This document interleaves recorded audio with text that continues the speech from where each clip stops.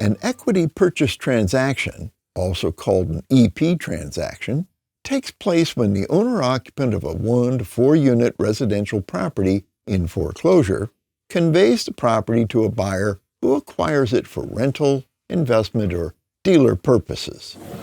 To clarify, an EP transaction does not occur if the buyer acquires the property as their personal residence.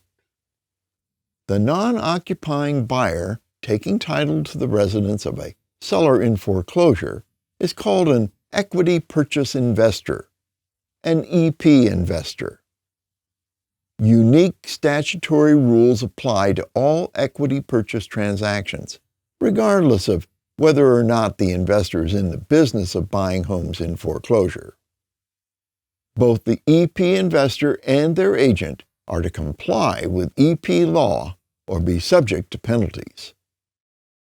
Upon entering into an agreement to sell their principal residence, a seller in foreclosure has a statutory 5 business day right to cancel the EP agreement. Thus, the seller may avoid closing the sale with or without cause. Keep this 5-day period in mind whenever you consider an EP transaction. The two things always go hand in hand. EP, 5 days. Now, EP regulation controls the type of form used to document the sale. The agreement signed by an investor will be printed in bold type and contain the required statutory notices. This is RPI Form 156, the Equity Purchase Agreement.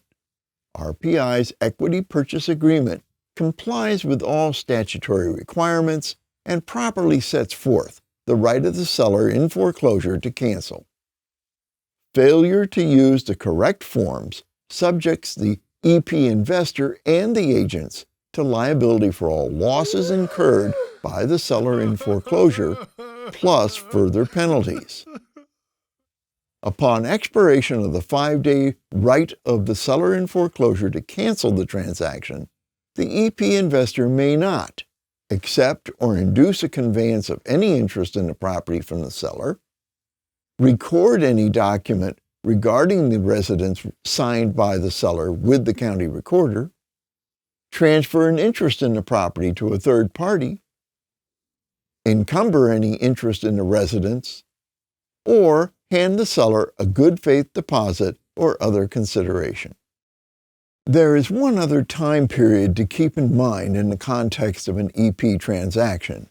A 2-year right of rescission period allows a seller in foreclosure to recover their residence if there is evidence the EP investor took unconscionable advantage of them when negotiating the purchase of the property. An unconscionable advantage occurs if the EP investor or their agent exploits an element of oppression or surprise and exacts an unreasonably low and favorable purchase price or terms of payment. These are elements of fraud from threats, undue influence, or deceit.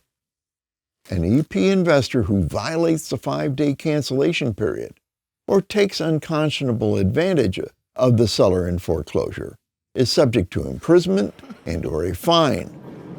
Simply stay out of trouble and comply with EP law.